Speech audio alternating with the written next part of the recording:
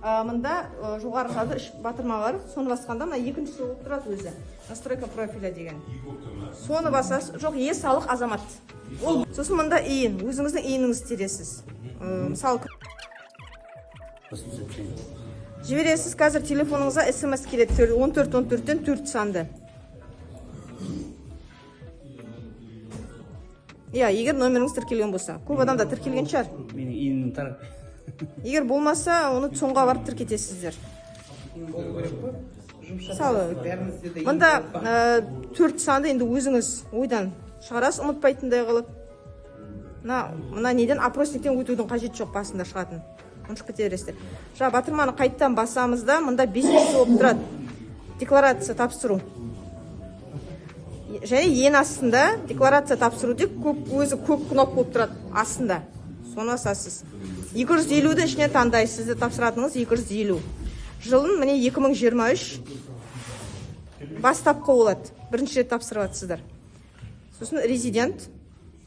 Осы Қазақстан Республикасының азаматтары резидент болады. Категория дегенде міндетті түрде тек Б-ні таңдайсыздар. Міне сонда астында көріп тұрғаныңыздай 31 желтоқсан 2022 болып түседі 2023 таңдағанда. Код органы. Пропискаңыз қай жерде аға? Ақтау қаласы. Прописка бойынша, мысалы, Маңғыстау облысы, Ақтау қаласы. Пропискаңыз бойынша тапсырасыздар. Телефон номеріңіз. Телефонды міндетті түрде көрсету керек, себебі егер де мысалы дұрыс тапсырылмай жылынан шатысып кеткен болсаңыздар, мына телефон арқылы соғып мамандар өзі сіздерге хабарласады. Міндетті түрде телефон көрсете қойыңыз, почта міндетті емес. Жалғастыру дейсіз.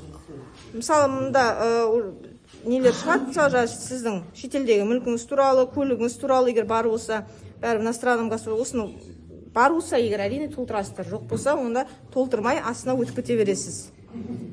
Продолжить. Ең астында жалғастыру. Сосын мұнда ЭЦП кілт арқылы, SMS арқылы істеуге болады. Қол қоюға болады. SMS арқылы қол қоясыздар.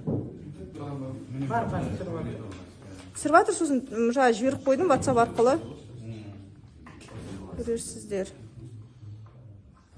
Введите значение. Мысалы, міне жіберілді ғой, ең астында скачать уведомление деген болады. Соны басқанда, мысалы, осында бүкіл тапсырғаныңыз жөнінде, егер қабылданды осында принято деп шығады, міндетті түрде осыны скрин жасап түсіріп аласыз, немесе біреуге жіберсеңіз болады, жоғарғы несі бойынша. Болды. Көп уақытыңызды алмайды. Болды.